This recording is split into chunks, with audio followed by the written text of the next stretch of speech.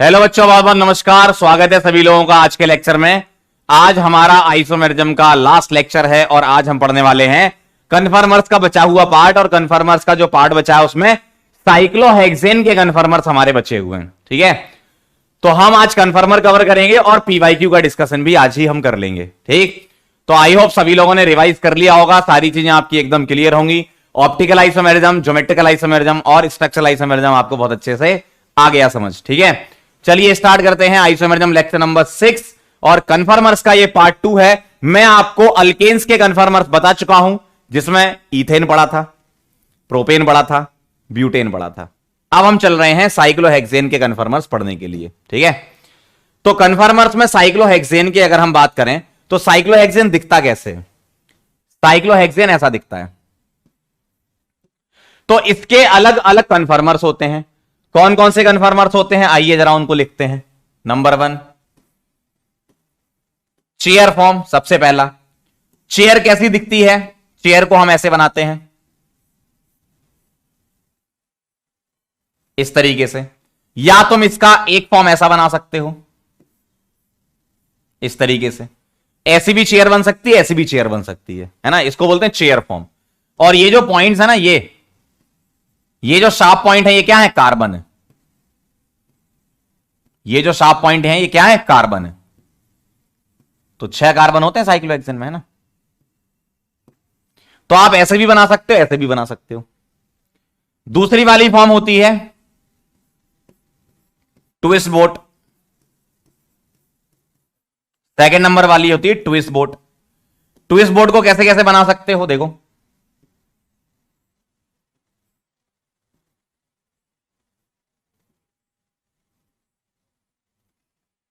ऐसा बना सकते हो आप ट्विस्ट बोट को, और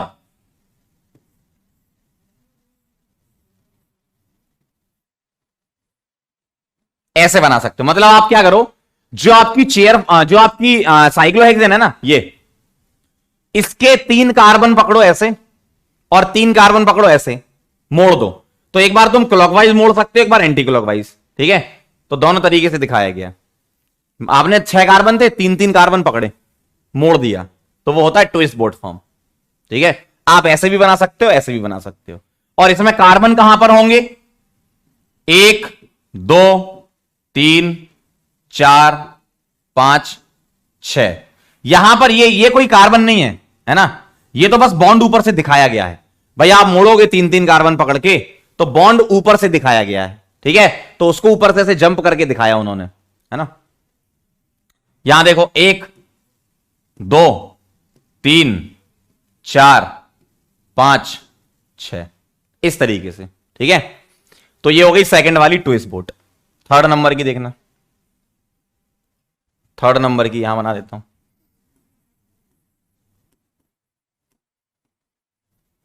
अगला है बोट फॉर्म। बोट फॉर्म कैसी दिखती है? बोट ऐसी दिखती है, इस तरीके से। नाव तो सबने देख रखी है ना, वही है ये। तो अगली वाली है बोट फॉर्म। तो ये 6 कार्बन इसके हो गए ऐसे, है ना। और एक 4th नंबर पर है हाफ चेयर। आधी चेयर होगी और आधी बोट होगी। आधी चेयर होगी और आधी बोट होगी। कैसी दिखेगी देखना, इस तरीके से। या तुम इसको ऐसे भी बना सकते हो,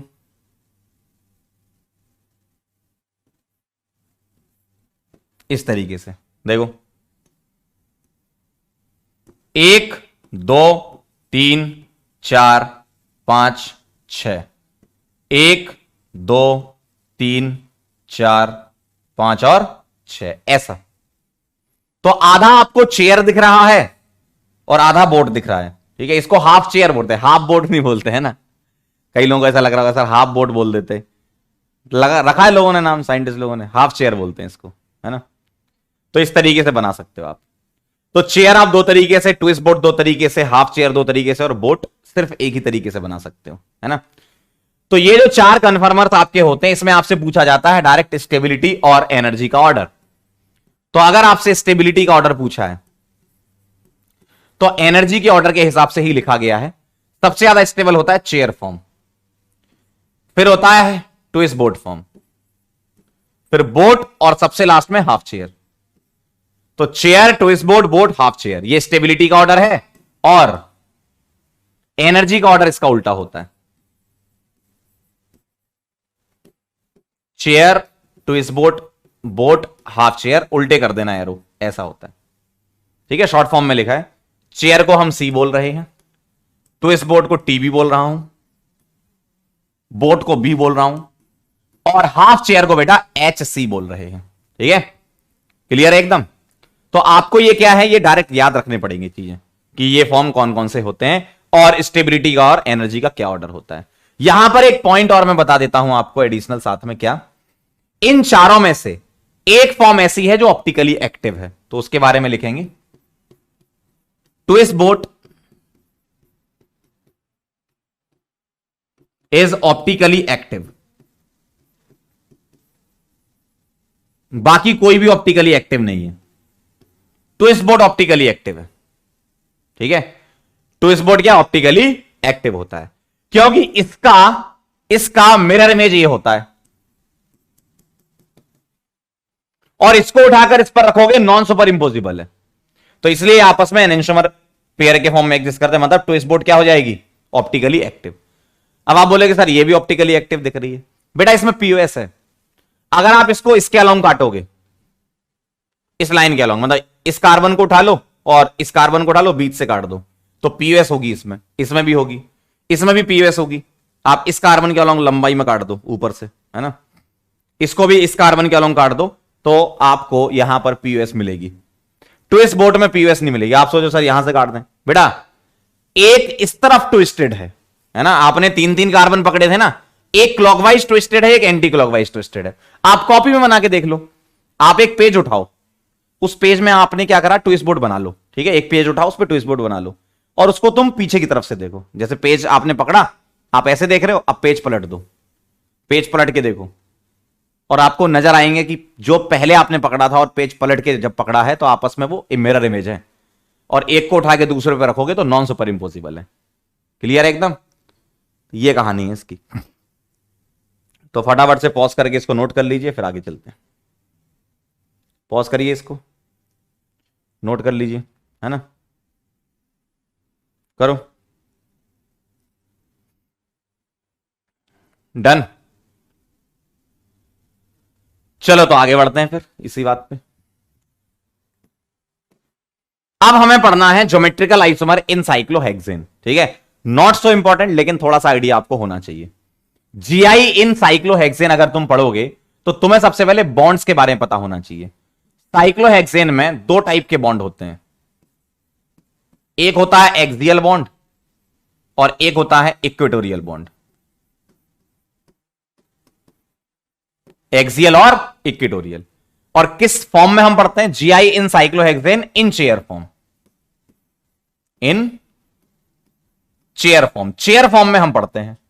तो मैं पहले आपको बॉन्ड्स बता देता हूं, फिर मैं जीआई का आइडिया दे दूंगा आपको, है ना। तो एक काम करते हैं, पहले हम चेयर बना लेते हैं। ठीक है, जैसे अगर मैं चेयर बनाऊं तो ऐसी दिखेगी, जो बुक्स में बनाते हैं वैसे ही बना रहा हूं, है ना। बुक्स में इस तरीके से दिखाते हैं, ये वही है, ये वाला ही है जो मैंने अभी बनाया था ना, वही है, इसको थोड़ा फैला दिया है। तो बुक्स में इस तरीके से चेयर फॉर्म बनाते हैं। ठीक है, या तुम इसको ऐसे भी बना सकते हो, जैसे भी आपको बनाना हो, है ना। तो हम इसमें चेयर फॉर्म बनाएंगे, और चेयर फॉर्म को चलो मैं ऐसी वाली ले लेता हूं,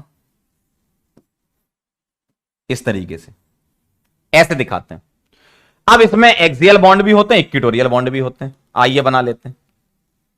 अगर मैं इसके एक्सियल बॉन्ड बना के दिखाऊं तो अल्टरनेट अप डाउन करना, जैसे यहां पर मैंने अप कर दिया तो यहां डाउन होगा, क्योंकि इतना तो पक्का है कि साइक्लोहेक्सेन में आपके पास 4 बॉन्ड होंगे हर एक कार्बन के, है ना। तो मैं एक्सियल बना रहा हूं, up down up down up down, ये एक्सियल बॉन्ड्स होते हैं। ये क्या है, एक्सियल बॉन्ड्स।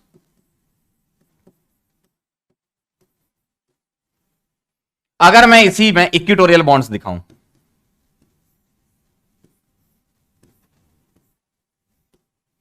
तो इस तरीके से बन गए ये इक्वेटोरियल बॉन्ड्स।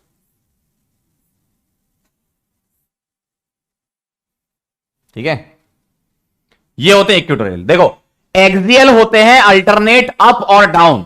ठीक है, एक्सियल होते हैं अल्टरनेट अप और डाउन, मतलब रिंग एक प्लेन में है और axial bond alternate up down है, मतलब परपेंडिकुलर ऊपर और परपेंडिकुलर नीचे। जबकि इक्वेटोरियल इसी रिंग के प्लेन में है। और अगर मैं इन दोनों को कंबाइन करके बनाऊं, एक काम करता हूं, मैं इसको अलग कलर से बना देता हूं ताकि आपको समझ आ जाए। इसको मैं अलग कलर से बना देता हूं।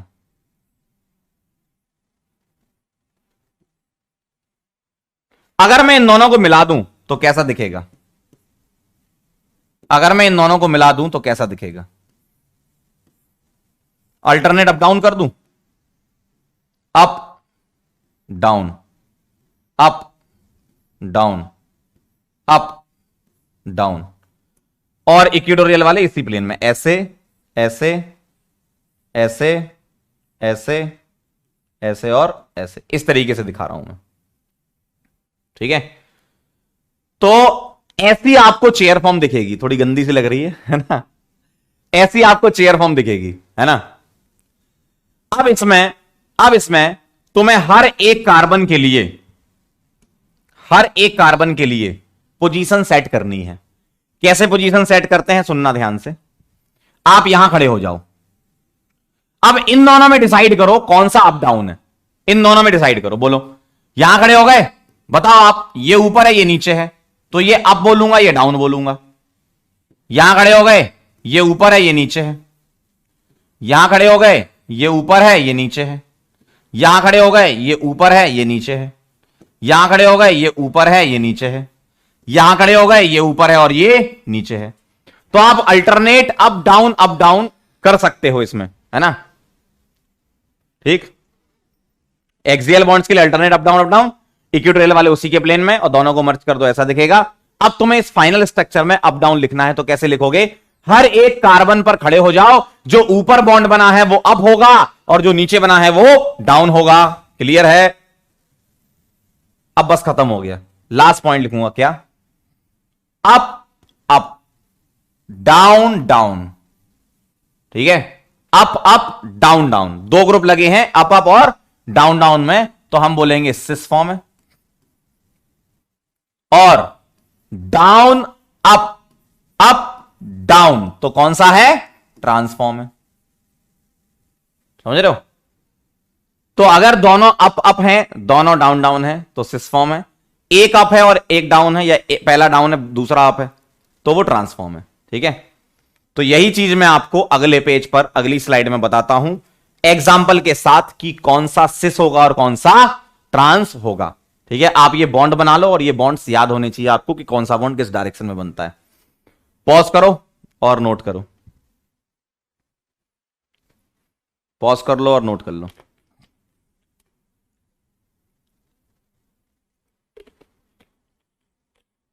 लिख लिया? चलो आगे बढ़ते हैं। अब मैं आपको सिस ट्रांस बताता हूं, ध्यान से देखिएगा। क्वेश्चन के फॉर्म में लिखेंगे, फाइंड सिस ट्रांस।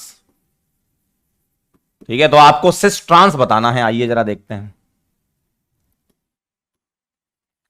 पहला सवाल,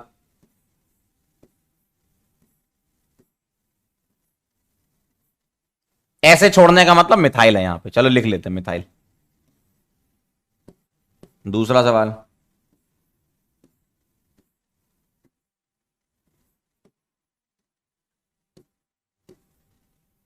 तीसरा सवाल,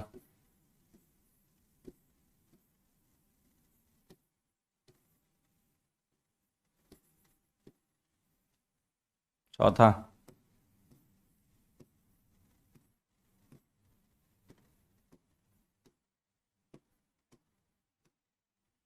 फिफ्थ। इतने सवाल कर लिए तो आप समझ जाओगे कि हां क्या चीज चल रही है ये।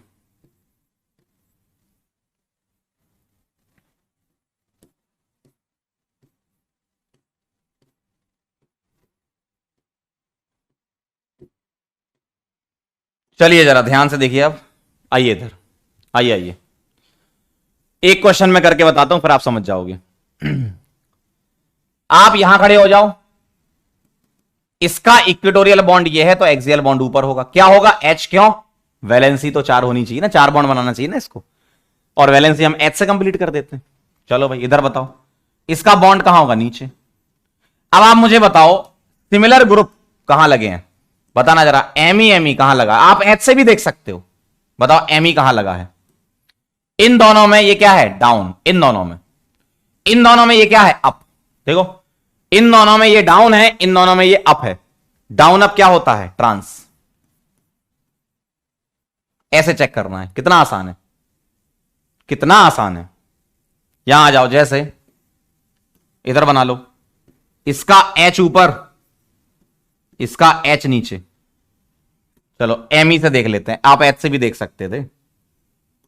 बताइए, इन दोनों में ये क्या है? डाउन। इन दोनों में ये क्या है? अप। डाउन अप मतलब ट्रांस। समझ गए? ये नीचे लगा है, ये ऊपर लगा है। अगला बताओ, बहुत आसान है। नेक्स्ट, इधर H ऊपर लगा होगा और इधर H इधर। ये बॉन्ड से याद होनी चाहिए बस तुम्हें, है ना। चेक करो जरा एमी को पकड़ के। इन दोनों में ये क्या है? डाउन। इन दोनों में ये क्या है? डाउन। देखो, इन दोनों में डाउन, इन दोनों में डाउन। डाउन डाउन क्या हो गया? सिस। समझ रहे हो? अगला अगला अगला, इधर H और इधर H। एमी बताना जरा, इन दोनों में ये अप, इन दोनों में ये अप। अप क्या होता है? सिस। सेम साइड वाला सिस, अपोजिट तो ट्रांस। सिंपल है। ठीक है, इधर आ जाओ, इसका H नीचे होगा, इसका H ऊपर होगा, है ना। इसको पकड़ो, इसको पकड़ो, बताओ जरा ध्यान से देख के। इन दोनों में अप, इन दोनों में डाउन। Up down trans. समझ गए कहानी सिस ट्रांस की? बहुत आसान है। अगला बताओ, इसका H इधर और इसका H इधर।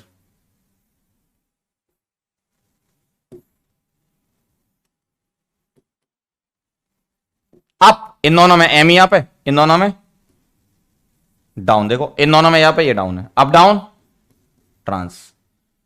तो साइक्लोहेक्सेन में अगर तुम्हें जीआई बताने हैं तो आप इस तरीके से बता सकते हो। अप अप तो होता है सिस, डाउन डाउन तो होता है सिस, अप डाउन तो होता है ट्रांस, डाउन अप तो होता है ट्रांस। बस तुम्हें बॉन्ड पता होना चाहिए, एक्सियल इक्वेटोरियल बॉन्ड कैसे कैसे बनाते हैं। इतना अगर तुम्हें पता है काम हो जाएगा।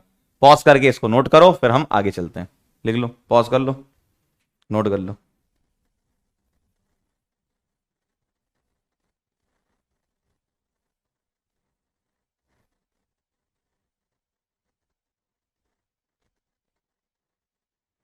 आगे बढ़े, चलो भाई आगे बढ़ते हैं। अब इसमें कुछ एडिशनल पॉइंट्स होते हैं, इसको कवर कर लेते हैं। जैसे 1,3 डायएक्सियल इंटरेक्शन क्या होता है, 1,3 डायएक्सियल इंटरेक्शन का क्या मतलब है वो देखेंगे। और अगर हाइड्रोजन बॉन्डिंग नहीं हो रही है तो रिपल्सन यहां पर क्राइटेरिया हो जाता है ना। अगर हाइड्रोजन बॉन्डिंग नहीं हो रही है तो रिपल्सन यहां क्राइटेरिया होता है। ध्यान से देखिएगा, 1,3 डायएक्सियल इंटरेक्शन का मतलब क्या है।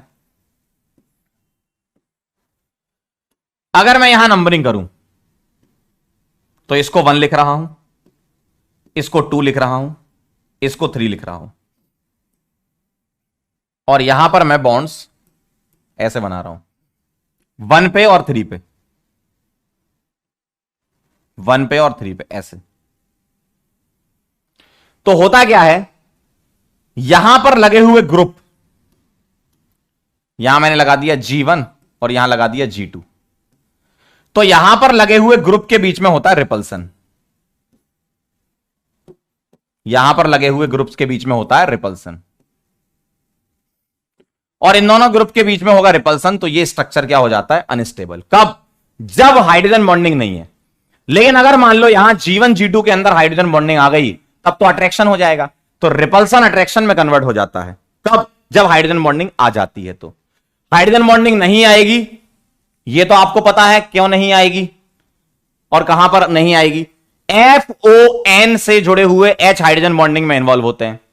तो अगर कभी ऐसा हुआ, जैसे मान लो ऐसा हुआ, मान लो G है आपका OH, ठीक है, और ये भी आपका OH है, तो अब ये हाइड्रोजन बॉन्डिंग करके अट्रैक्शन दे देगा। ठीक है, इस तरीके से मत दिखाओ, ऐसे दिखाओ, ये वाला O इसके साथ। तो जब हाइड्रोजन बॉन्डिंग होगी तो अट्रैक्शन आ जाएगा, हाइड्रोजन बॉन्डिंग नहीं होगी, वो तो तुम्हें पता है कहां नहीं होगी। भैया हमें इतना तो पता है ना कि हाइड्रोजन बॉन्डिंग कहां होती है, FON में होती, उसके अलावा कुछ भी आ जाए हाइड्रोजन बॉन्डिंग नहीं होगी। मतलब उन सभी केसेस में रिपल्सन डोमिनेट करेगा, तो ये स्ट्रक्चर अनस्टेबल हो जाएगा रिपल्सन की वजह से। अगर हाइड्रोजन बॉन्डिंग आ गई तो यही स्ट्रक्चर फिर स्टेबल होने लगता है अट्रैक्शन की वजह से। ठीक है, तो 1,3 डायएक्सियल इंटरेक्शन क्या होता है भाई, आप इसको 1 दे रहे हो, इसको 2 दे रहे हो, इसको 3, कोई ऐसा बोल सकता है ये 1 ये 2 ये 3, कोई दिक्कत नहीं, इसलिए हम 1,3 डायएक्सियल बोल रहे हैं। और एक्सियल बॉन्ड्स के बीच में रिपल्सन होता है, यहां पर लगे हुए जो ग्रुप्स होते हैं, तो इनमें होगा रिपल्सन, रिपल्सन से स्टेबिलिटी कम हो जाती है, इसको बोलते हैं 1,3 डायएक्सियल इंटरेक्शन। ठीक है, समझ गए बात को। तो अगर G1 G2 repel, G1 G2 जो है यूजुअली, लिख देता हूं मैं क्या होते हैं, यूजुअली अल्काइल मिलेंगे तुम्हें, अल्काइल के अलावा और भी हो सकते हैं लेकिन यूजुअली अल्काइल मिलते हैं। जैसे मान लो यहां CH3 लगा दिया, यहां लगा दिया C2H5, तो ये स्ट्रक्चर लेस स्टेबल हो जाएगा, मतलब रिपल्सन हो जाएगा इसमें, तो इसकी स्टेबिलिटी कम हो जाएगी। तो 1,3 डायएक्सियल इंटरेक्शन क्या देता है बताओ, स्टेबिलिटी देता है या नहीं देता है। 1,3 डायएक्सियल इंटरेक्शन कंपाउंड को स्टेबिलिटी दे भी सकता है, नहीं भी दे सकता है। अगर हाइड्रोजन बॉन्डिंग नहीं हुई तो वो रिपल्सन हो जाता है, और हाइड्रोजन बॉन्डिंग हो गई तो वो अट्रैक्शन हो जाता है। अभी मैं आगे अट्रैक्शन वाला केस करके बताऊंगा। ठीक है, तो पहले आप इसको नोट कर लो, 1,3 डायएक्सियल इंटरेक्शन इस तरीके से दिखा देना कि थोड़ा समझ में भी आ जाएगी, हां रिपल्सन हो रहा है।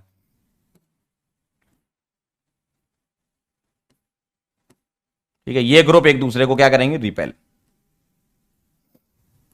ठीक है, पॉज करो और नोट करो, पॉज करो और नोट करो। तो 1,3 डायएक्सियल इंटरेक्शन एक्चुअली में रिपल्सन होता है, कब, जब हाइड्रोजन बॉन्डिंग नहीं होती है। सर हाइड्रोजन बॉन्डिंग होती है वो वाला भी बता दो, अभी आगे बताऊंगा, पॉज करके नोट करो पहले। ठीक है, चलें, चलिए देखिए 1,3 डायएक्सियल इंटरेक्शन में अट्रैक्शन कब होगा, जब हाइड्रोजन बॉन्डिंग होगी।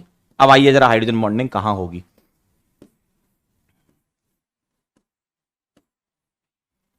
यहां मैंने लगा दिया इस जगह पर और इस जगह पर कोई ऐसा ग्रुप जो हाइड्रोजन बॉन्डिंग करता हो, जैसे OH OH।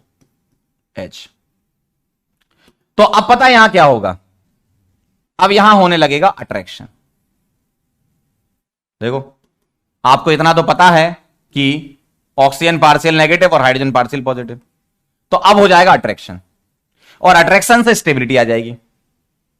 क्यों, 1 2 3 4 5 6 6 मेंबर चीलेट बन जाएगा यहां। देखो इसको क्या बोलूंगा मैं, क्या बोलूंगा इसको बताओ, 6 मेंबर्ड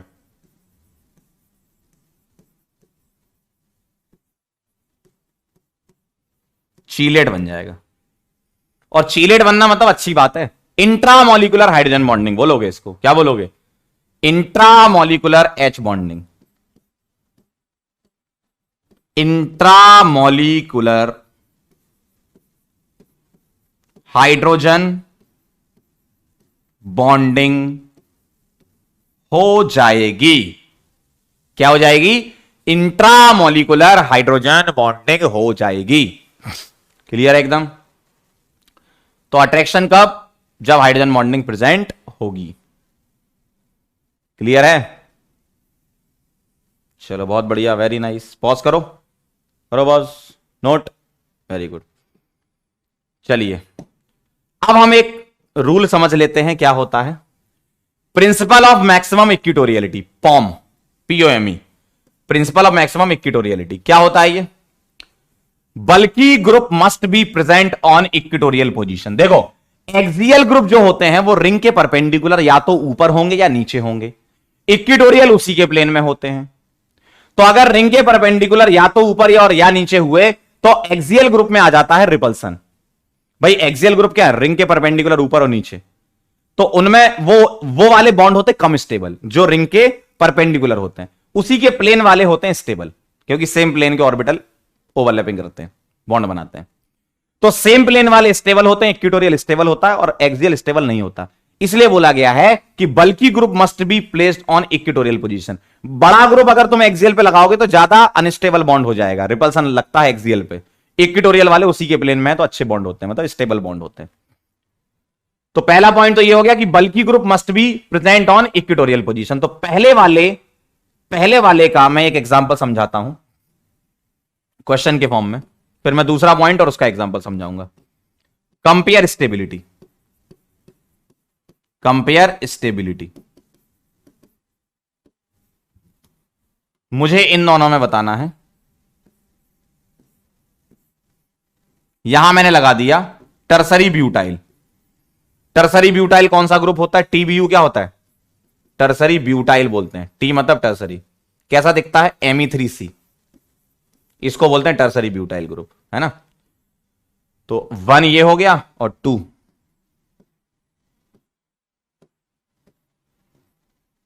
टीबीयू ऐसा। तो मुझे बताओ 1 और 2 में किसकी स्टेबिलिटी ज्यादा है। ये इक्वेटोरियल है, ये एक्सियल है, ये इक्वेटोरियल है, ये एक्सियल है। तो 1 इज ग्रेटर देन 2। देखो बल्कि group must be present on equatorial position, तो बल्कि ग्रुप इक्वेटोरियल पोजीशन, ये इक्वेटोरियल पोजीशन है, ये एक्सियल है। क्यों, अगर मैं यहां पर बॉन्ड बनाने जाऊंगा, एच दिखाओ, एच दिखाओ, तो ये पोजीशन कौन सी है, ये वाली, ये इक्वेटोरियल पोजीशन है। ये पोजीशन कौन सी है, ये एक्सियल पोजीशन है। इक्वेटोरियल स्टेबल होता है एक्सियल से, इसलिए हमने ये लिखा।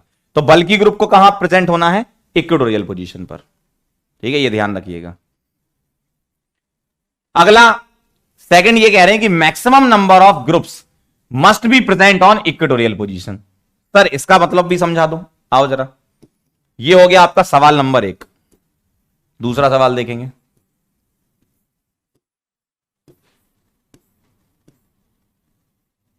यहां एमी लगा दिया, यहां एमी लगा दिया,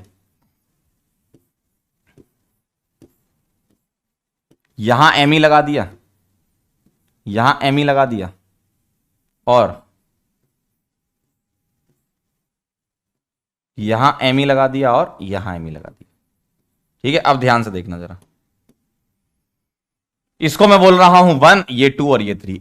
स्टेबिलिटी कंपेयर करानी है 1 2 3 में, ठीक है, 1 2 3 में स्टेबिलिटी कंपेयर करानी है। अब आप मुझे बताइए ये ग्रुप कहां कहां लगे, ये कौन सी पोजीशन होती है, इक्वेटोरियल।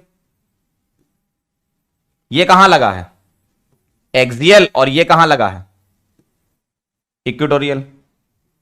ये कहां लगा है, एक्सियल, और ये कहां लगा है, एक्सियल। अब आप मुझे बताओ मैक्सिमम इक्वेटोरियलिटी का अगर प्रिंसिपल लगाया जाए तो 1 सबसे ज्यादा होगा, क्योंकि दोनों इक्वेटोरियल पर है। एक एक्सियल एक इक्वेटोरियल, तो उसके बाद 2 आएगा, और लास्ट में क्या आएगा, 3 आएगा। देखो दोनों एक्सियल पर है, चेक कर लो, चेक कर लो।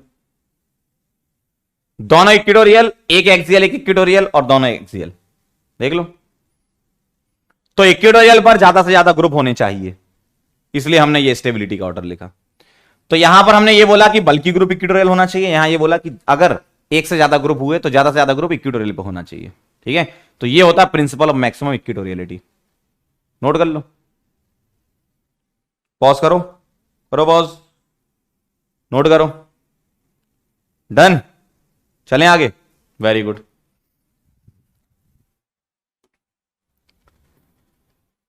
आगे बढ़ते हैं। हाइड्रोजन बॉन्डिंग की कंडीशन बड़ी इंपॉर्टेंट होती है हमारे लिए। तो देखते हैं हाइड्रोजन बॉन्डिंग जब प्रेजेंट होती है किसी भी मॉलिक्यूल में, तो अगर मैं आपसे एग्जांपल समझाऊं, मैं किस पर्सपेक्टिव में ये बताना चाह रहा हूं। When H bonding is present, जैसे मान लो मेरे पास ऐसा लिखा है,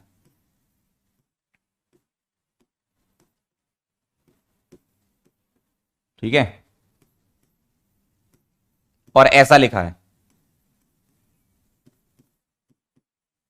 और ऐसा लिखा है,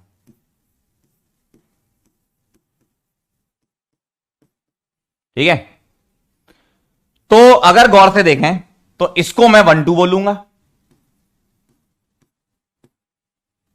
इसको मैं 1 2 बोलूंगा, और इसको मैं 1 2 बोलूंगा। देखना, समझना जरा बात को।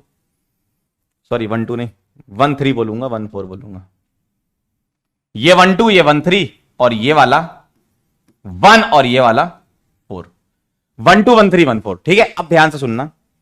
अगर मैं 1 2 की बात करूं, 1 2 की, तो मैंने अगर इसको 1 माना तो इसको 2 मान लेता हूं। ठीक है, इसको 1 इसको 2 मान लेता हूं। तो इसका स्टेबल फॉर्म कौन सा होगा, ध्यान से देखिएगा। यहां पर मैं OH लगा दूं इक्वेटोरियल पर, और यहां पर मैं OH लगा दूं इक्वेटोरियल पर। इसका H एक्सियल पे होगा और H एक्सियल पे होगा।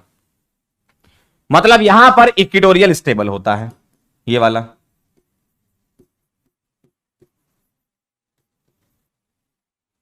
और ये सेम साइड है, मतलब सेम प्लेन में है। सेम प्लेन में है तो 1 2 पर हाइड्रोजन बॉन्डिंग अच्छी हो सकती है, क्योंकि सेम प्लेन में है ना। तो मैं ये वाला स्टेबल बोलूंगा। अगर मैं 1 3 की बात करता हूं, 1 3 की, तो अभी मैंने आपको 1 3 डाइएक्सियल इंटरेक्शन में समझाया था ये चीज, क्या कि अगर यहां पर OH और यहां पर OH लगा है तो अब इक्वेटोरियल स्टेबल नहीं होगा बेटा, अब एक्सियल स्टेबल हो गया। देखो, अब इक्वेटोरियल स्टेबल नहीं होगा, अब एक्सियल स्टेबल हो गया। क्यों? हाइड्रोजन बॉन्डिंग, 6 मेंबर चीलेट अभी सिखाया तो पीछे। और अगर मैं 1 4 की बात करूं तो यहां तो चेयर फॉर्म ही नहीं होता, यहां ट्विस्ट बोट हो जाता है बेटा। देखो, यहां पर हो जाता है ट्विस्ट बोट। कैसा? ऐसा देखो, इधर OH, इधर OH, यहां हाइड्रोजन बॉन्डिंग हो जाती है। तो 1 2 तो चलो हमें समझ में आता है कि इक्वेटोरियल आपने बोला था। अभी पीछे हमने प्रिंसिपल ऑफ मैक्सिमम इक्वेटोरियलिटी पढ़ा, उससे भी एक्सप्लेन कर पाओगे तुम इसे। लेकिन यहां तो ताज्जुब हो गया। क्यों? आपने पीछे जब POME पढ़ा है तो POME तो यह कहता है कि इक्वेटोरियल होना चाहिए, तो ये एक्सियल कैसे आ गए? इसीलिए 1 3 वाला स्पेशल केस है हमारे लिए। तो 1 3 स्टेबल होता है कब? जब हाइड्रोजन बॉन्डिंग होती है। तो 1 3 में कौन स्टेबल होता है? Chair form. कौन सा? Chair form. चेयर फॉर्म कौन सा? ये वाला। ठीक है, ये वाला। और अगर 1 4 की बात करूं तो इसमें ट्विस्ट बोट स्टेबल है। कौन सा? वो वाला। ठीक, तो चेयर फॉर्म में उसी को यहां बना देता हूं। ऐसा दिख रहा है आपको।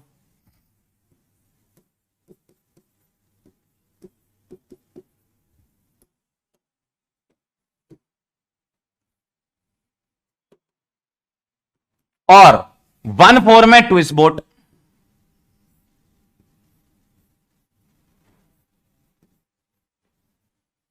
वन फोर में कौन सा है? Twist boat.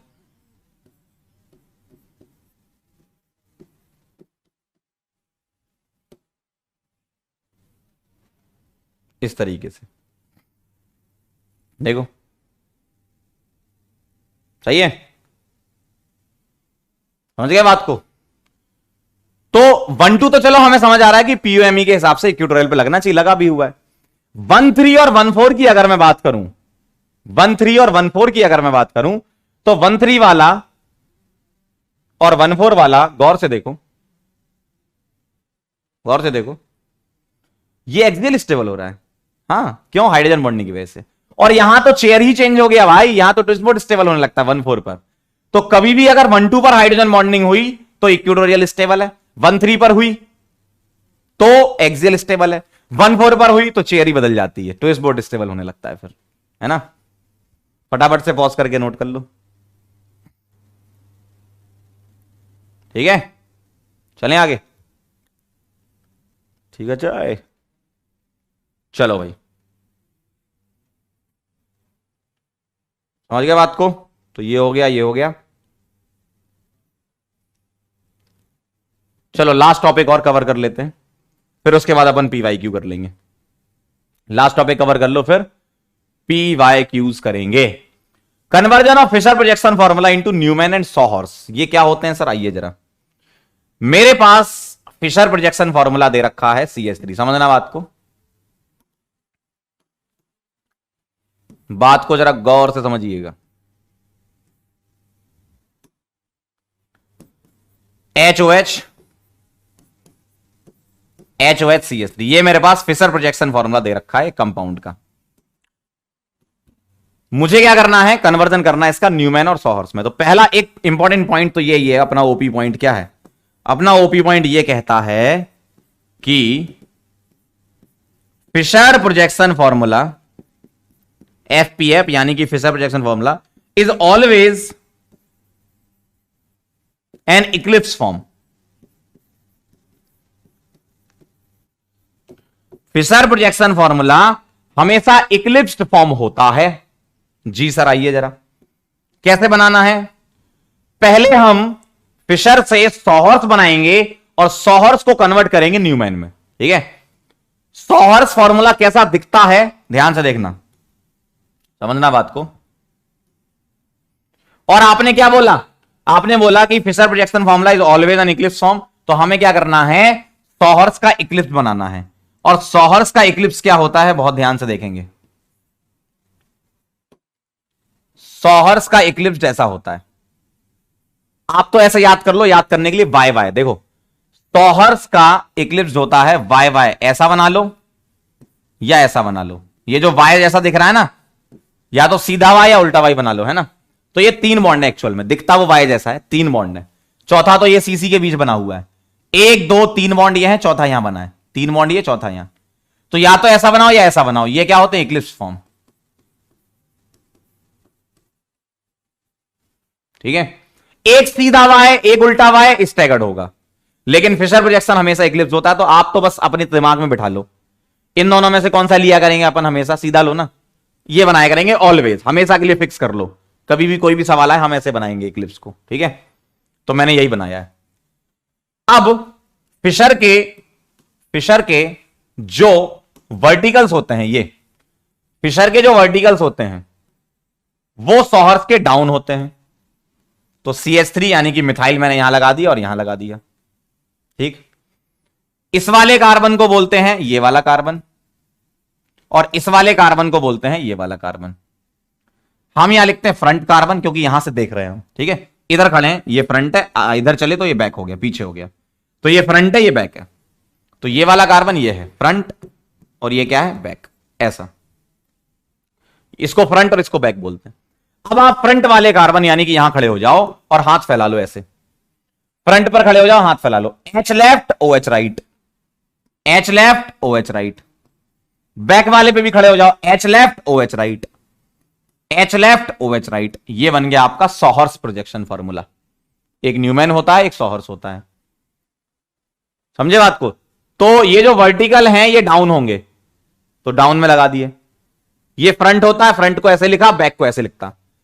हो सकता है किसी और बुक में या कोई और टीचर आपको अलग तरीके से बताता हूं, ये मैं अपना तरीका सिखा रहा हूं, मैं इस तरीके से बनाता हूं। हर एक का अपना अपना तरीका होता है इन सब फॉर्मूले को कन्वर्जन के लिए, है ना। तो मैं क्या करता हूं, ये जो वर्टिकल है वो डाउन पे लगा देता हूं, front H left OH right, front H left OH right, ऊपर वाला बैक है, यहां पे पीछे वाला बैक है ना। H left OH right, H left OH right, ऐसे। तो ये क्या हो गया, सॉहर्स, इसको बोलते हैं सॉहर्स फॉर्मूला। अब तुम्हें सॉहर्स से न्यूमैन बनाना है, बहुत अच्छा है। पता है क्या करो, ये डॉट वाला और ये वाला कार्बन पकड़ के चिपका दो, मतलब बीच में ये बॉन्ड खत्म कर दो। तो ये और ये चिपका दो, कैसा दिखेगा देखना। फ्रंट वाले को डॉट से और बैक वाले को राउंड से रिप्रेजेंट कर रहा हूं मैं, फ्रंट वाले को डॉट से और बैक वाले को राउंड से रिप्रेजेंट कर रहा हूं। ठीक है, क्या बनाना है, वाई वाई।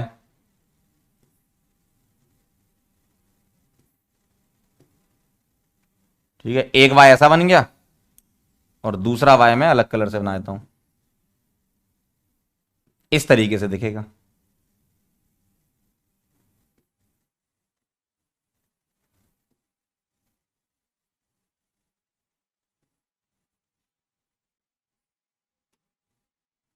MeHOH देखो, इस वाले पे फ्रंट वाले पे नीचे MeHOH, फिर HOH और नीचे Me, है ना। यहां एमी, इधर एच और इधर एच, सॉरी इधर एच, लेफ्ट साइड एच है और राइट साइड ओ एच, ऐसा ऐसा दिखेगा। देखो, या तो आप उल्टा सोच लो, क्या अगर मैं इस डॉट को और राउंड को पकड़ के खींच दूं, किसको, डॉट को पकड़ो, राउंड को पकड़ो, खींच दो, तो ये बन जाएगा। देखो, डॉट और राउंड को पकड़ के खींच दिया तो ऐसा दिखेगा। डॉट और राउंड को पकड़ के खींच दिया, देख लो आप, अगर तुम डॉट और राउंड को पकड़ के खींच दोगे तो ऐसा दिखेगा। या इस डॉट को और इस वाले को, फ्रंट वाले बैक वाले को मिला दो, चिपका दो, चिपकाओगे तो ऐसा दिखेगा। क्लियर है एकदम। तो इस तरीके से कन्वर्जन करते हैं। तो पहले आप क्या करो, फिशर से सॉहर्स में कन्वर्जन कर लिया करो इस तरीके से, और सॉहर्स से न्यूमैन में कर लिया करो। ठीक है, इस तरीके से कन्वर्जन इसका करते हैं। पॉज करके इसको आप नोट कर सकते हैं, मैं लिख देता हूं, ये सॉहर्स था, ये न्यूमैन फॉर्मूला है।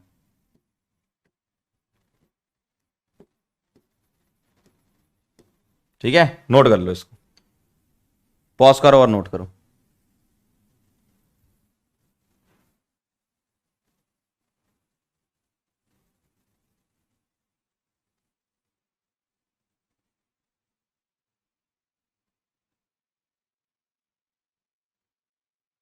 चलें आगे बढ़े, चलिए भाई।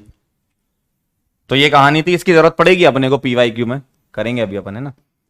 तो ये था, इतना पढ़ना था आपको कन्फर्मर्स में। और जो सबसे ज्यादा इंपॉर्टेंट है वो मैं बता देता हूं, ये वाला स्लाइड सबसे ज्यादा इंपॉर्टेंट है। ये अगर आपको साइक्लोहेक्सेन के कन्फर्मर्स में सारी चीजें छोड़नी है, आप बिल्कुल छोड़ सकते हो।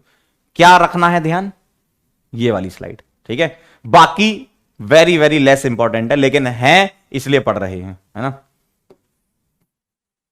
चलो आओ जरा, अब चलते हैं अपन पीवाईक्यू। ठीक है, आप पॉज करके ट्राई करना और चेक करते जाना आंसर्स। क्लियर है एकदम।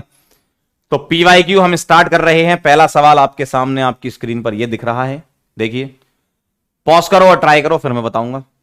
The geometrical isomerism is shown by, ये चेक करना है। ठीक है, आइए जरा करते हैं स्टार्ट। आप पॉज करके ट्राई कर लो पहले। पॉज, ट्राई, वापिस आओ। देखो, अगर मैं इस कार्बन को देखूं, ध्यान से देखना, इसको देखूं, तो यहां पर मुझे 2H मिल रहे हैं, तो सीधे मना कर दो यहीं पे, नो। ठीक है, अगला देखो बी ऑप्शन। अगर मैं यहां देखूं तो यहां भी 2H मिल रहे हैं, सीधा सीधा मना करो, नो, डिफरेंट होने चाहिए ग्रुप, है ना। अगर मैं यहां पे देखूं तो मुझे ये दोनों डिफरेंट दिख रहे हैं, मतलब यहां से एग्जीबिशन हो रहा है। दूसरी साइड देखो, अगर मैं यहां से देखता हूं तो देखो जरा, इधर से चेक कर रहे हो, यहां चले 2H, यहां चले 2H, आगे बढ़े फिर से एक कार्बन, उस पे 2H, आगे बढ़े फिर से एक कार्बन और उस पे 2H। अब जैसे ही तुम इधर से इस तरफ आओगे और इधर से इस तरफ आओगे, तो ये दोनों रास्ते तुम्हें सेम मंजिल पर ले जाएंगे। देखो, ये और ये दोनों रास्ते तुम्हें सेम मंजिल पर ले जाएंगे। यहां पे क्या है, एम ही दिख रहा है और एक H होगा, सेम मंजिल पर ले जाएंगे। इसका मतलब इधर से और इधर से ये सेम ग्रुप है दोनों, और अगर ग्रुप सेम है इसका मतलब ये जीआई एग्जिबिट करेगा ही नहीं, तो ये भी मना कर दो। आंसर क्या बचा, डी बचा। चेक कर लेते हैं, आइए, यहां से देखना है और यहां से देखना है। ठीक है, इससे देखा दोनों डिफरेंट हो रहा है एग्जीबिशन, यहां से चेक करो। इससे तुम यहां चले 2H, इससे तुम यहां चले 2H, इससे तुम यहां चले एक कार्बन के पास 2H, इससे तुम यहां चले एक H, और ये क्या है बेटा, ये क्या है बताओ, ये है मिथाइल इधर। तो अब आप गौर से देखो, तुम यहां से जब इधर चल रहे थे तो ये तो सेम आया, लेकिन अगला वाला ये डिफरेंट हो गया। ये देखो, ये वाला और ये वाला डिफरेंट है। क्यों, इस पर 2H है, इस पर एक H और एक मिथाइल है, तो डिफरेंट ग्रुप हो गए, डिफरेंट इसका मतलब एग्जिबिट कर जाएगा। क्लियर है एकदम, क्लियर है एकदम। ठीक है बेटा, चलो भाई, बहुत बढ़िया हो गया था, आंसर आ गया था। अगला सवाल, the configuration of the given compound बताओ। आर है, एस है, जेड है या ई है। देखो, ई और जेड तो हो ही नहीं सकते, वो तो डबल बॉन्ड में होते हैं। कायरल कार्बन में तो या तो आर या एस, है ना। आओ जरा चेक करते हैं, CIP रूल लगाओ। अगर मैं सीआईपी रूल लगाऊंगा तो BrCl कार्बन और हाइड्रोजन में Br, पहले आप एक काम करो, पॉज करके ट्राई तो कर लो क्या रहा आपका, पॉज ट्राई खुद से करते जाओ, है ना, मैच करना चाहिए आंसर। Br को मैं 1 लिख दूं, Cl को 2 लिख दूं, इसको 3 लिख दूं और इसको 4 लिख दूं। 1 से 2, 2 से 3 शॉर्टेस्ट पाथ,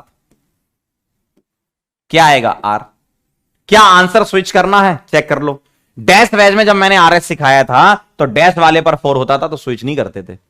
तो जो तुम्हारा आंसर आया वही आंसर है। क्या आंसर आया, बदलापुर।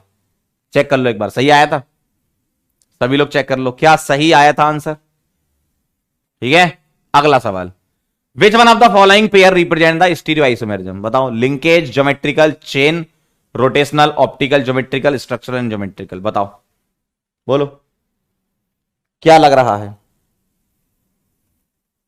Represent stereoisomerism. पॉज करके ट्राई कर लो, सबका आंसर आ गया होगा बेटा। ऑप्टिकल और ज्योमेट्रिकल जो है वो स्टीरियो के पार्ट है, चेन नहीं। क्लियर, ऑप्टिकल ज्योमेट्रिकल स्टीरियो के पार्ट है। अगला, correct configuration of the following is, मतलब RS निकालना है। ठीक है, RS निकालना है, निकाल लेते हैं। आओ जरा इसका निकालते हैं और इसका निकालते हैं। आइए, इसका निकालोगे तो ये 1 आएगा ऑक्सीजन। ठीक है, हाइड्रोजन तो देखो हमेशा 4 आएगा। इधर से ऊपर चले कार्बन, इधर से नीचे चले कार्बन, कार्बन के बाद हाइड्रोजन, यहां कार्बन के बाद ऑक्सीजन, हायर प्रायोरिटी वाला लेना है। तो ये 1 आएगा, नीचे 2 देंगे हम और इधर 3 देंगे। क्यों, ऊपर कार्बन के बाद H है, नीचे कार्बन के बाद O है। तो इसको मैं ऐसे लिख सकता हूं 1 2 3 4, फिशर में ऐसे लिख सकते हो ना। ऐसे जाओगे क्या आएगा R, लेकिन आंसर को स्विच करके S लिख देंगे। क्यों, 4 वाला हॉरिजॉन्टल पर है, 4 वाला हॉरिजॉन्टल पर है। ठीक है, अगला देखना जरा। अगर मैं इस वाले के लिए चेक करूं, ऑक्सीजन 1 हाइड्रोजन 4, अब तुम इससे इधर चलोगे तो कार्बन आ रहा है, इससे इधर चलोगे तो कार्बन आ रहा है, कार्बन के बाद H आ रहा है, कार्बन के बाद O आ रहा है। तो ये 1 था, ये 4 था, कार्बन के बाद O, कार्बन के बाद H, तो ये 2 और ये 3 ऐसा दिखेगा। तो मैं इसको ऐसे लिख लूं 1 2 3 और 4। ऐसे जाओगे एंटी क्लॉकवाइज क्या आएगा, 1 से 2, एंटी क्लॉकवाइज क्या आएगा S। क्या मैं इसको स्विच कर दूं, 4 वाला वर्टिकल पर है, स्विच नहीं करना, S आएगा। मतलब दोनों का S S आ रहा है और एक ही ऑप्शन में दिख रहा है। सर ये 2 और 3 का क्या मतलब है, 2 और 3 IUPAC नंबरिंग से आते हैं। कैसे, अगर मैं IUPAC की नंबरिंग करूं तो IUPAC नंबरिंग में ये 1 आएगा, ये 2 आएगा, ये 3 आएगा, ये 4 आएगा, IUPAC नंबरिंग। तो ये सेकंड वाला कार्बन है, ये थर्ड वाला, तो 2 3 कहां से आते हैं, ये जो आगे लिखे हुए हैं डिजिट, IUPAC नंबरिंग के हिसाब से। ठीक है, ये कौन सी वाली नंबरिंग है, IUPAC नंबरिंग।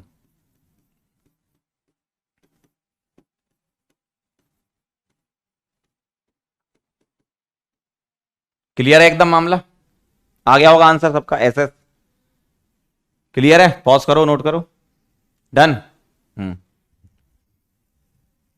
अगला सवाल, among the following which one can have a mesoform. याद करो, मेसोफॉर्म के लिए क्या जरूरी होता है, 2 कायरल कार्बन या 2 से ज्यादा भी चलेंगे, एटलीस्ट 2 तो चलेंगे, है ना। एटलीस्ट 2 कायरल कार्बन होना चाहिए और POS होनी चाहिए। चेक करें जरा, चेक करें, चेक करें। क्या A वाले में देखें, A वाले में ये कायरल है, यस सर, ये कायरल है, यस सर। क्यों, इस वाले पर मिथाइल H OH और ये ग्रुप, और इस वाले पर H ये ग्रुप, एक Cl और ये ग्रुप डिफरेंट, मतलब कायरल है। क्या इसमें POS आएगी, नहीं आएगी। क्यों, यहां OH है, यहां Cl है, यहां CH3, यहां C2H, इतना तो दिख ही रहा है। तो कायरल कार्बन तो है लेकिन इसमें POS नहीं है, तो मेसो नहीं होगा। तो A वाला काट दूं, सेकंड वाला चेक करूं, ये वाला देखो। अगर मैं इसको गौर से देखूं, ये कायरल है, ये कायरल है, और यहां POS आ जाएगी। देखो इक्वल पार्ट में डिवाइड हो जाएंगे, इसका मतलब सेकंड वाले का मेसो बन सकता है। अगर तुम्हें बनाना है सेकंड वाले का मेसो तो ऐसा बनेगा। अगर तुम्हारी इच्छा सर बना के भी दिखा दो एक बार, तो देख लो अंकल, ऐसा दिखेगा, देखो। और इसमें POS दिख रही है, देखो ना, ये रही इसमें POS, कायरल भी है POS भी है, तो कायरल के साथ POS मतलब मेसो। अगला देखो, अगले वाले में देखोगे तो यहां इथाइल लगा है और इधर मिथाइल लगा है, कायरल तो है ये लेकिन POS आएगी नहीं। डी वाला देखो, डी वाले में ये कार्बन कायरल आ गया, लेकिन एक कायरल कार्बन में मेसो नहीं होता, तो ये भी गलत। क्लियर? पॉज करके नोट कर लो, पॉज करके नोट कर लो। डन। चलो आगे बढ़ते हैं, अगला सवाल। Among the following L serine. अच्छा, अभी आपने सेरीन वगैरह ये नहीं पढ़ा, ये सवाल बायोमोलिक्यूल में आएगा, क्योंकि सेरीन, ग्लाइसिन और ये सब अपन बाद में पढ़ेंगे, तो इसको मैं हटा देता हूं अभी, है ना। अगला, which of the following is not chiral. चलो करो जरा, कौन सा कायरल नहीं है, कैसे चेक करते थे, एक बार याद दिलाता हूं। अगर एक कायरल हुआ,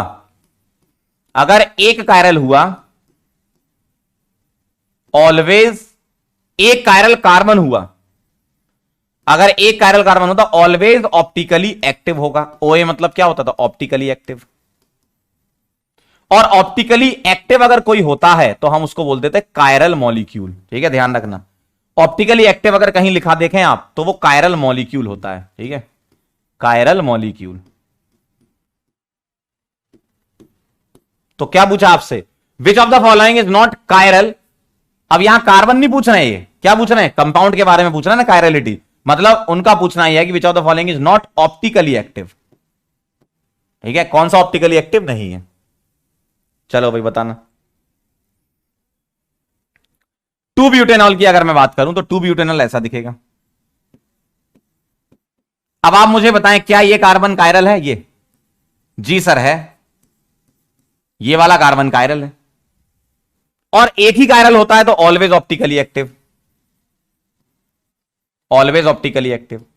ठीक है, अच्छा अगर इस चीज को पूरा करते हैं, अगर 2 कायरल कार्बन्स होते, 2 कायरल कार्बन्स, तो क्या करना होता, चेक पीओएस। अगर पीओएस नहीं होती तो ऑप्टिकली एक्टिव, और पीओएस होती तो ऑप्टिकली इनएक्टिव। ओआईए मतलब ऑप्टिकली इनएक्टिव। ठीक है, चलिए बताइए। 2,3 डाइब्रोमो पेंटेन की बात करूं, पेंटेन कैसा दिखेगा, ऐसा 2 पर ब्रोमो और 3 पर ब्रोमो। क्या ये कायरल कार्बन है? जी सर है। क्यों? एक एच होगा, बाकी चारों ग्रुप दिख रहे हैं डिफरेंट है। यहां भी अगर मैं बात करूं तो ये कायरल है। क्या इसमें पीओएस है? नहीं दिख रही पीओएस कहीं से भी, क्योंकि यहां मिथाइल लगा, यहां इथाइल लगा है, इसका मतलब ये ऑप्टिकली एक्टिव होगा। तो 2 कायरल थे, मैंने क्या चेक किया, पीओएस नहीं मिली तो ऑप्टिकली एक्टिव, ऐसे चेक करना है। अगला बताओ, 3 ब्रोमो पेंटेन, 3 ब्रोमो पेंटेन ऐसा दिखेगा। अब यहां तो कायरल कार्बन ही नहीं है, तो अगर एक भी कायरल कार्बन नहीं है तो ऑप्टिकली इनएक्टिव बोल दो, चेन्नई। स्पेशल केसेस पर ध्यान रखना कि बिना कायरल कार्बन के स्पेशल केसेस कौन से थे, बाइफिनाइल, क्यूमिलिन्स, स्पाइरिन्स वगैरह। ठीक है, अगला 2 hydroxy propanoic acid. Propanoic acid कैसा दिखता है, ऐसा, और 2 पर क्या लगा है, हाइड्रोक्सी। तो यहां पर मुझे एक कायरल दिख रहा है, देखो ये क्या है, एक कायरल कार्बन है, यहां एच होगा ना, और एक कायरल कार्बन था ऑलवेज ऑप्टिकली एक्टिव। तो मैंने पूरे क्वेश्चन में डिटेल सॉल्यूशन दिया आपको, इस पूरे सवाल में मैंने डिटेल सॉल्यूशन बताया, और इसमें क्या बताया मैंने, कैसे चेक करना है, और चेक करके भी दिखाया है। ठीक है, तो सीख लो ये चीज और आगे गलत मत करना कभी। पॉज करके नोट करो, पॉज, नोट, क्लियर। चलो अगला सवाल, has a chiral centre, which one of the following represent its R configuration. मतलब आरएस निकालना है इसका, फटाफट से निकाल लो, पॉज करके ट्राई करो, आ जाएगा आंसर। पॉज करके ट्राई करो, आंसर आ जाएगा। पॉज करो, ट्राई करो। ठीक, आइए जरा निकाल लेते हैं अपन। सीएल को 1 लिखूंगा, इसको 2 लिखूंगा, इसको 3 लिखूंगा और इसको 4। 1 2 3 4 शॉर्टेस्ट पाथ, ऐसे जाओगे, क्या आएगा, आर, लेकिन स्विच करके ऐसे लिख देना। क्यों? 4 वाला हॉरिजॉन्टल पर है। अगला बताओ, बी वाला, CL1, ये 2, ये 3, ये 4, 1 2 3 4, क्या आएगा, आर। स्विच करना है क्या? नहीं, क्यों, 4 वाला वर्टिकल पे, तो आर चाहिए था ना, तो बदलापुर आंसर आ गया। बाकी चेक कर लेते हैं, आओ। इसमें देखो, ये 1, ये 2, CIP रूल लगा रहे हैं, ये 4, आर आ रहा है, लेकिन स्विच करके एस कर देंगे। क्यों? शॉर्टेस्ट पाथ से तो आर आ रहा था, 4 वाला हॉरिजॉन्टल पर है। इधर आ जाओ, ये 1, ये 2, ये 3, ये 4, ऐसे जाओगे 1 से 2 shortest path, anticlockwise S आ रहा है, स्विच करना है क्या? नहीं, क्यों? 4 वाला वर्टिकल पे, ठीक है, इस तरीके से। तो बदलापुर आंसर आ गया आपका। पॉज कर लो, नोट कर लो, ठीक है, चलें आगे।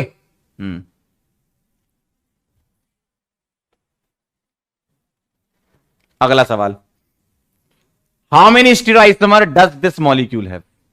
जब कभी भी आपसे ऐसा पूछा जाए, ध्यान सुनना, total number of stereoisomers, total number of stereoisomers अगर पूछा जाए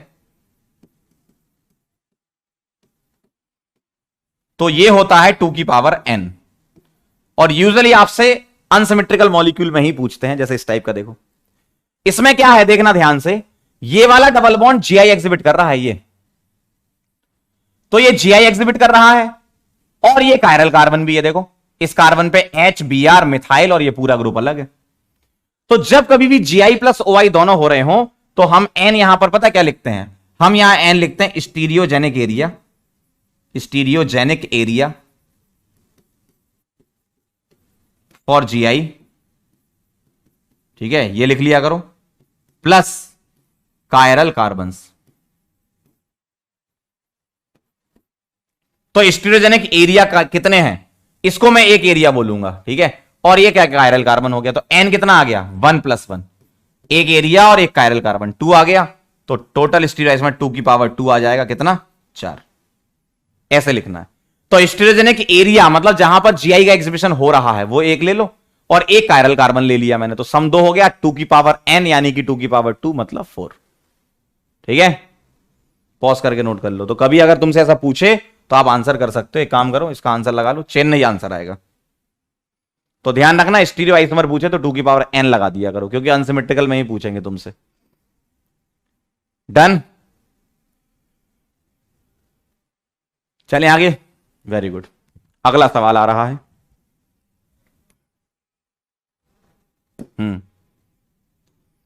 which of the following compound will exhibit cis-trans, यानी कि जीआई कौन करता है? बताओ, चारों ऑप्शन पढ़ो, पॉज करो और ट्राई करो। चारों ऑप्शन पढ़िए, पॉज करिए, ट्राई करिए जल्दी से।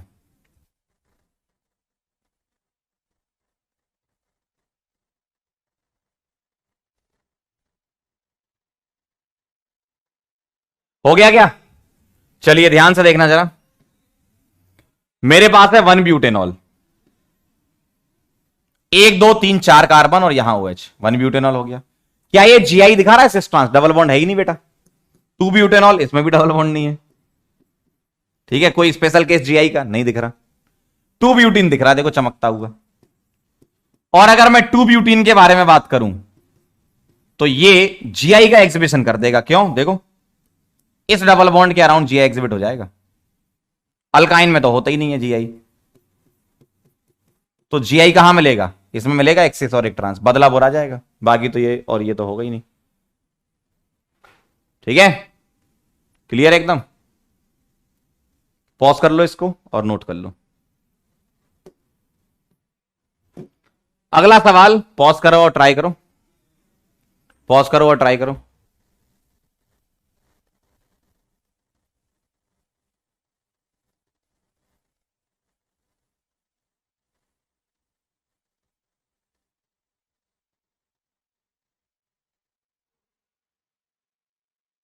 आया?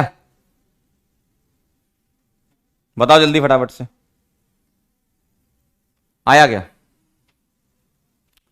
Which of the following is optically active, ये बताना है। तो कहीं तुम्हें ऐसा कायरल कार्बन वगैरह दिख रहा है क्या? देखो इसमें ये कायरल है क्या? नहीं है, है ना, इसमें ये कायरल है क्या? नहीं है।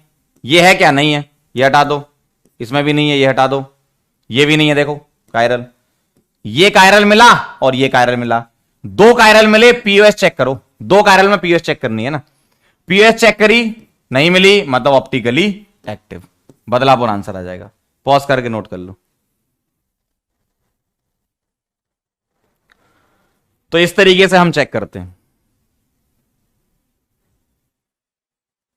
क्लियर है एकदम? चलिए भाई,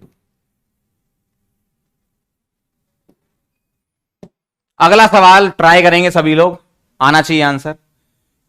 इन the following the most stable conformer of n butane, बताओ जरा एन ब्यूटेन का सबसे ज्यादा स्टेबल कौन होता है? एन ब्यूटेन का सबसे ज्यादा स्टेबल कन्फर्मर क्या होता है, बोलो? एन ब्यूटेन का सबसे ज्यादा स्टेबल कन्फर्मर एंटी, अरे याद करो, अरे यार क्या बात कर रहा हो, एंटी, गॉची, पार्सली, फुली, याद करो। हाइड्रोजन बॉन्डिंग थोड़ी है इसमें, तो एंटी कहां दिख रहा है? Chennai is the right answer, सबका ही सही होना चाहिए, है ना? Chennai is the right answer, सबका ही सही होना चाहिए।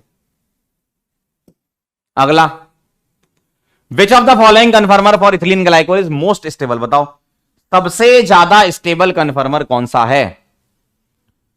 सबसे ज्यादा स्टेबल कन्फर्मर कौन सा है? जवाब दीजिए। इथिलीन ग्लाइकोल में याद करो, अब यहां हाइड्रोजन बॉन्डिंग आ गई तो गॉची, फिर गॉची के बाद एंटी, फिर पार्सली इक्लिप्स्ड और सबसे लास्ट में फुली इक्लिप्स्ड। तो गॉची वाला चेक करो कौन सा है। चेन्नई दिख रहा है, देखो 60 डिग्री पर हाइड्रोजन बॉन्डिंग होगी। क्लियर है एकदम?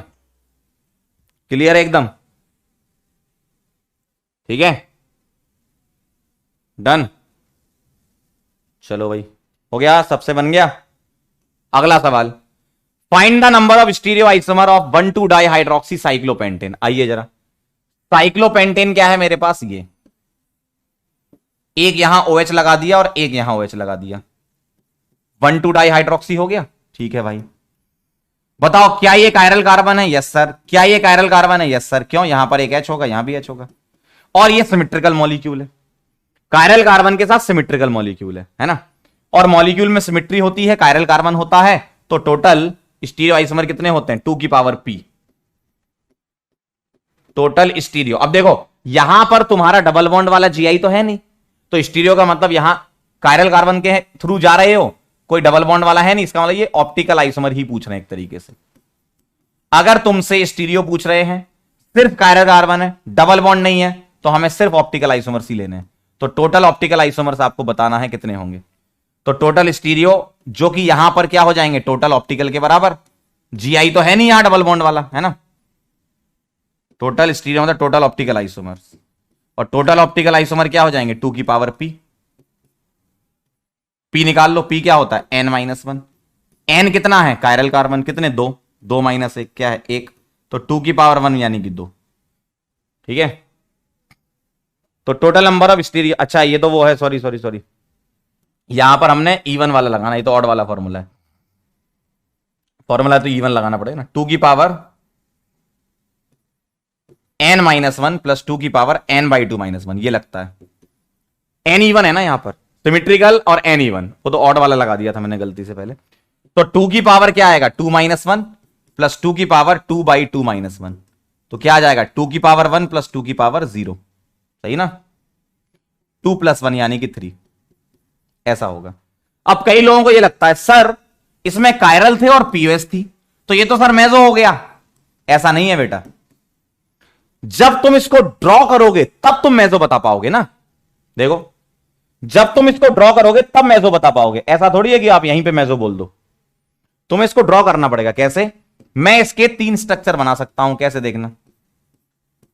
मुझसे बोला ना 3 आइसोमर होते हैं, यही तो बोला है। अगर तुम ऐसे बनाओगे तो मेजो है, ड्रॉ करके बनाओगे तो मेजो है। अगर तुमने ऐसे बनाया तो मेजो थोड़ी है, फिर ये इसका एक मिरर इमेज हो जाएगा, ये मेजो थोड़ी है, ये तो एनेंटियोमर पेयर है। इसलिए तो बोला था 2 + 1, 2 + 1 का मतलब 1 वाला ये एक जो है वो मेजो है, और ये दोनों ऑप्टिकल एक्टिव हैं, इंडिविजुअली ऑप्टिकल एक्टिव हैं, लेकिन इनका मिक्सचर जिसको हम आरएम बोलते हैं, आरएम एक होगा जो कि ऑप्टिकली इनएक्टिव होगा, और ये आपस में क्या होंगे? एनेंटियोमर्स 1 और 2, है ना? तो 1 and 2 आर एनेंटियोमर्स। समझे बात को? तो वो गलती मत करना जो आपको मैं समझाना चाह रहा हूं। आप यहीं पर ये मत बोलना सर ये तो ऑप्टिकली इनएक्टिव होगा, निकाल क्यों रहे हो? ये तब होगा जब तुम बना के देखोगे। तो इसको ड्रॉ तो करो पहले तुम ऐसे, है ना? तब बता पाओगे कि कौन सा मेजो है कौन सा नहीं है। फटाफट से पॉज करके नोट कर लो, पॉज करो और नोट करो, ठीक है, क्लियर। चलो आगे बढ़ते हैं। अगला सवाल, which of the following acid does not exhibit optical isomerism, ठीक है, does not exhibit optical isomerism, कौन एग्जिबिट नहीं करता है, ये आपको बताना है।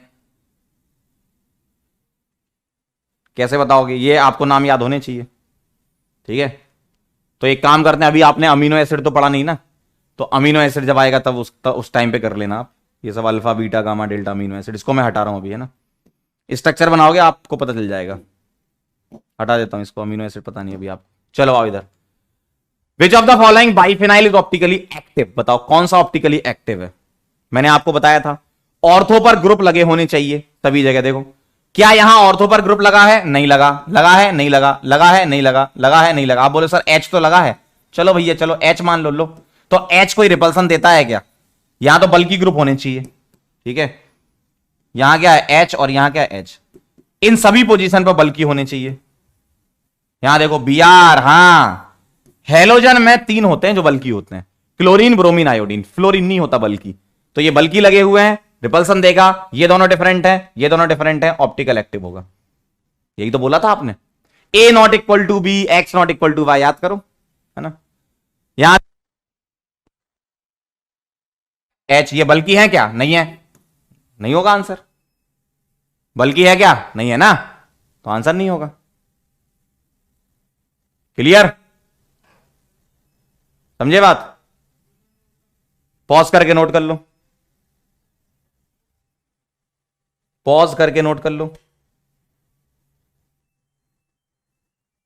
ठीक है। चलो अगला सवाल, the correct statement regarding the comparison of staggered and eclipsed कन्फर्मर of ethane, इसके बारे में आपको बताना है, ठीक है।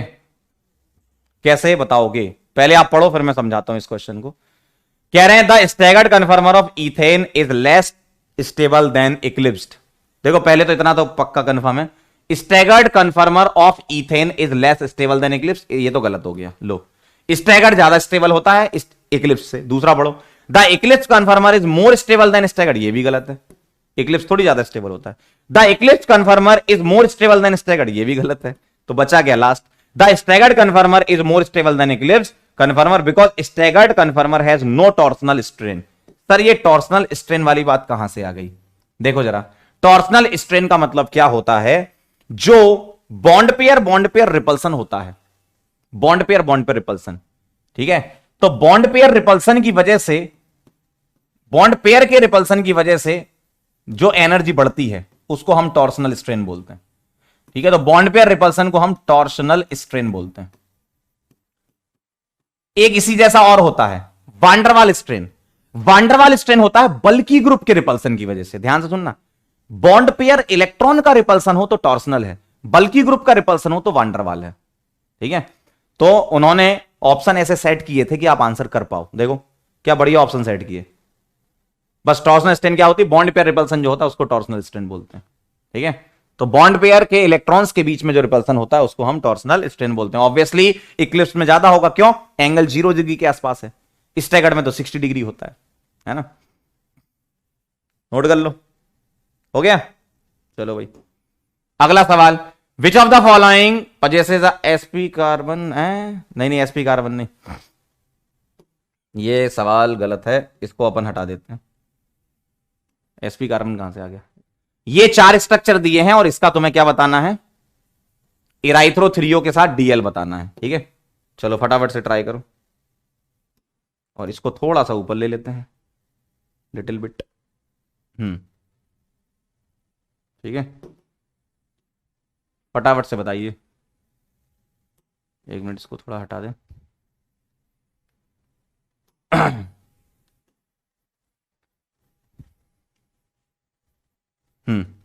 ये 4 स्ट्रक्चर दिए हैं और इन चारों ऑप्शन में से तुम्हें चुनना है। ट्राई करो पॉज करके, फटाफट से पॉज करके ट्राई करिए, क्या लग रहा है, सोचो, हो गया। आइए जरा, लास्ट कायरल कार्बन पे चलना है। किस पे? लास्ट कायरल कार्बन पे। ऐसे नंबरिंग करोगे, ये लास्ट कायरल कार्बन है, नंबरिंग यहीं से करोगे आप, ये लास्ट कायरल कार्बन है, नंबरिंग यहीं से करोगे आप, ये लास्ट कायरल कार्बन है। लास्ट कायरल कार्बन कह रहा हूं, लास्ट कार्बन नहीं कह रहा, कायरल कार्बन, ये लास्ट कायरल कार्बन है। ठीक है, अब आप मुझे देखकर बताएं, क्या बताएं?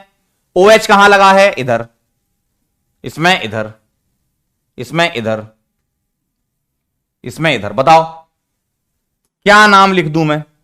राइट लगा है तो D, राइट लगा है तो D, लेफ्ट लगा है तो L, लेफ्ट लगा है तो L। राइट वाला D, लेफ्ट वाला L। क्लियर है यहां तक मामला? इतना क्लियर है? चलो अब ध्यान से देखना जरा। OH OH दोनों राइट साइड लगे हैं, तो ये क्या हो गया? एराइथ्रो। तो D में क्या हो गया? ये एराइथ्रो। समझे? OH OH देखो जरा कहां लगा है, देखो ये वाला, दोनों देखो, ये देखो, ये देखो, एक राइट एक लेफ्ट, 3O। अगला बताओ, ये देखो और ये देखो, दोनों लेफ्ट, एराइथ्रो। ये और ये देखें, ये लेफ्ट और ये राइट, 3O। सही है? तो बस आंसर चुन लो। डी राइथ्रो, डी राइथ्रो कहां है? बी ऑप्शन में दिख रहा है और डी में दिख रहा है। नहीं नहीं, बस एक में ही दिख रहा है, आगे आंसर लो। इसमें नहीं है, इसमें नहीं है। डी इराइथ्रो, डी 3O, एल इराइथ्रोज और L 3Os। ऐसा आप बोलोगे सर ये ओज क्यों लगा दिया? ओज इसलिए लगा दिया क्योंकि ये जो होते हैं ना, ये सुगर्स बोलते हैं इनको, और सुगर्स में हम ओज लगा देते हैं लास्ट में। ठीक है, तो जैसे एराइथ्रो है तो एराइथ्रोज 3Os, डाइथ्रोज 3Os, ऐसा, इसलिए लास्ट में OSE ऐड कर दिया इन्होंने, है ना? क्लियर एकदम? तो D erythro, D3O, L erythro, L 3O। ठीक, पॉज करके नोट कर लो। डन, चलें आगे। तो यहां तक मामला पहुंच चुका है आपका, है ना? अगला सवाल आपके सामने, आपकी स्क्रीन पर। ये तो मैंने अभी आपको कन्वर्जन सिखाया था। ठीक है, करो जरा। सॉहर्स प्रोजेक्शन फॉर्मूला बनाना है तुम्हें। ठीक है, इसी का आपने बना रखा है, याद करो, सिखाया अभी मैंने। सॉहर्स के लिए क्या करोगे? ऐसे Y बनाओगे सीधे सीधे। फिशर के जो डाउन होते हैं, सॉरी, फिशर के जो वर्टिकल होते हैं, सॉहर्स के वो डाउन होते हैं। ये वाला कार्बन होता है, ये वाला, इसको फ्रंट बोलते हैं, और ये वाला कार्बन होता है बैक वाला। ऐसा लेफ्ट राइट पर बॉन्ड लगा दो और ग्रुप लगा दो, ऐसा दिखेगा। मैच कराओ जरा, चारों ऑप्शन में से कोई मैच नहीं कर रहा है ना? क्यों? उन्होंने जो बनाया है वो एक उल्टा Y बनाया, एक सीधा, कोई दिक्कत नहीं। फ्री बॉन्ड, भाई ये सिग्मा बॉन्ड है ना, सिग्मा बॉन्ड के अराउंड फ्री रोटेशन चलती है, कोई दिक्कत नहीं है। चलो भाई, तो हम क्या करेंगे? एक सीधा Y और एक उल्टा Y बनाएंगे, है ना? हम एक सीधा और एक उल्टा Y, क्यों? उन्होंने ऐसे किया है, एक उल्टा Y है, सीधा Y है, उल्टा Y है, सीधा Y है, उल्टा Y है, सीधा Y। पहला वाला उल्टा है, फ्रंट वाला, और दूसरा वाला सीधा Y है। इतना तो दिख रहा है ऑप्शन से, देखो, फ्रंट वाला ये वाला, देखो ये उल्टा Y है, ये उल्टा Y है, ये उल्टा Y है, ये उल्टा Y है। तो हम क्या करेंगे? उल्टा Y बनाते हैं। ठीक है, तो आप क्या करो? इस वाले को रोटेट कर दो, आप क्या करो? इस वाले को घुमा दो, सिग्मा बॉन्ड के अराउंड फ्री रोटेशन होती, इसको घुमाओ, उल्टा Y बनाओ, कैसा दिखेगा देखना। पीछे वाले को छेड़ना मत, पीछे वाले में तुमने क्या किया? HOH और Me, ऐसा है। आपने इसको घुमाया, यहां OH लेफ्ट आ गया, भाई ऐसे घुमाया तो OH हल्का लेफ्ट आ गया, H थोड़ा सा इधर आ गया, और मिथाइल थोड़ा इधर चला गया। अब मैच कराओ, कोई मैच कर रहा है क्या? OH H Me, देखो OH H Me दिख रहा है क्या कोई सा भी इनमें से? नहीं दिख रहा, कोई बात नहीं। ठीक है, अब आप क्या करो? अब आप क्या करो? अब आप क्या करो? ये एक काम करो, ऑप्शन से ही चलने क्या, जल्दी हो जाएगा। ऑप्शन से चलने क्या, जल्दी हो जाएगा, क्या बोलते हो? ऐसे घुमा घुमा के, मतलब फ्री रोटेशन तो घुमा घुमा के देखना पड़ेगा। चलो ऑप्शन से चलते हैं। HOH Me दूसरे वाले कार्बन पे, HOH Me फिक्स है, यहां भी HOH Me फिक्स है। तो ए ऑप्शन और बी ऑप्शन तो अपना तुरंत चेक हो जाएगा। कैसे? H O H M E fix है, तो ये फिक्स कर दो। अब तुम्हें क्या करना है, इसको तुम ऐसे घुमाओ कि ये बन जाए, उल्टा चल लो भाई, हमने सबसे पहले यही बनाया था ना। तो मैं क्या कर रहा हूं, इसको घुमा रहा हूं, कैसे, मैं इसको सीधा वाई बना रहा हूं, इसको सीधा वाई। तो इसको अगर मैं सीधा वाई बनाऊंगा और एम ई नीचे लाऊंगा तो कैसा दिखेगा, एम ई को नीचे ले आओ और सीधा वाई, ऐसा दिखेगा। ये देखो एम ई नीचे आएगा, तो अगर मैं इसको घुमाऊंगा तो एम ई नीचे, तो एच इधर आ जाएगा, ओ एच इधर आ जाएगा। सीधा करोगे इसको तो घुमाओ इसको, तो डायगोनली अपोजिट चला जाएगा ना, ऐसा देखो, ये इधर आ जाएगा, ये इधर और ये इधर, ऐसे ही होने वाला है। तो एम ई नीचे, एच इधर, ओ एच इधर। अच्छा सवाल है, ध्यान से देखना।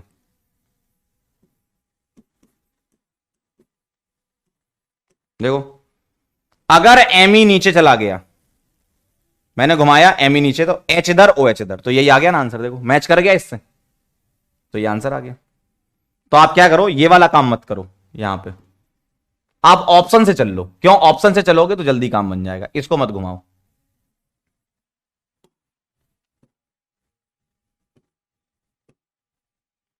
आप क्या करो, ऑप्शन से चलो। तो ऑप्शन से चलने में क्या रहेगा, आपको इतना कंफर्म रहेगा कि करना क्या है, ठीक है। जैसे हमें ऐसा बनाना है, तो इसमें एमई डाउन है, तो इन सब में एमई डाउन सोचो।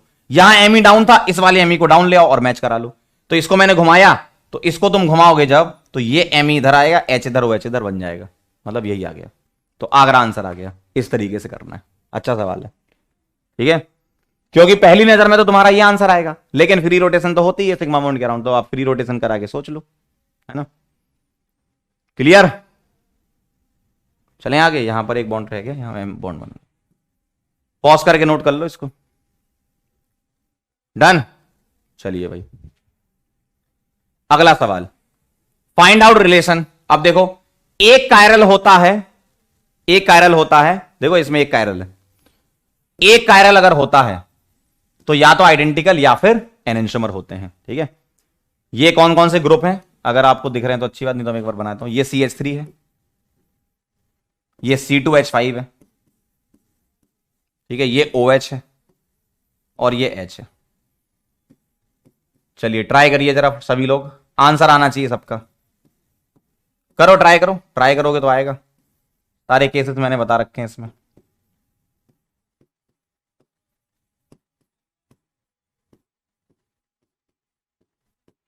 चलिए बताइए, बोलिए। इस वाले का निकालते हैं, डैश वैच में मैंने बता रखा है आपको, है ना। ये 1 आएगा ऑक्सीजन, ये 2 आएगा, क्यों, 2 कार्बन है, ये 3 और ये 4। 1 से 2, 2 से 3 शॉर्टेस्ट पाथ, ऐसे जाओगे एंटी क्लॉकवाइज, ऐसा आएगा। आंसर चेंज मत करना, 4 वाला डैश पर है, चेंज नहीं होगा, स्विच नहीं होगा, 4 वाला डैश पर है।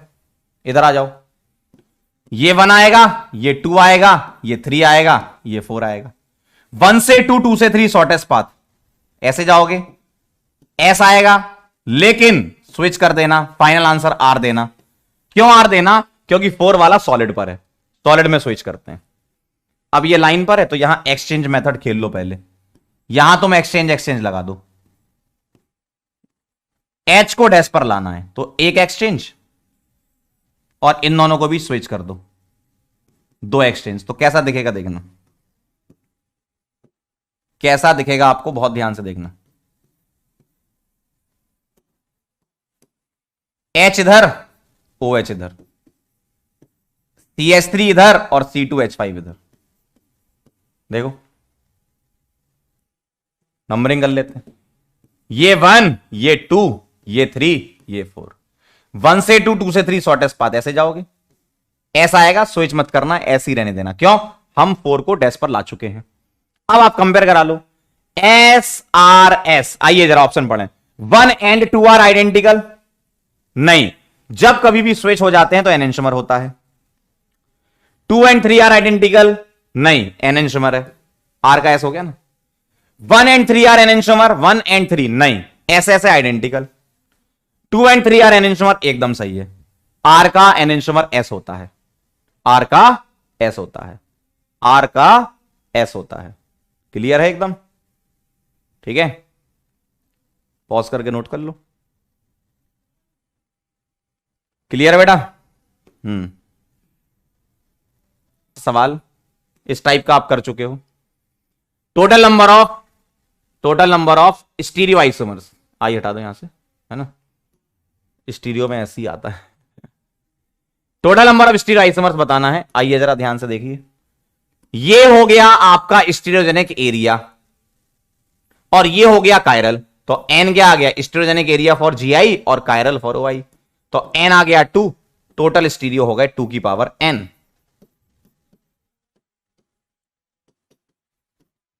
मतलब 2 की पावर 2 मतलब 4।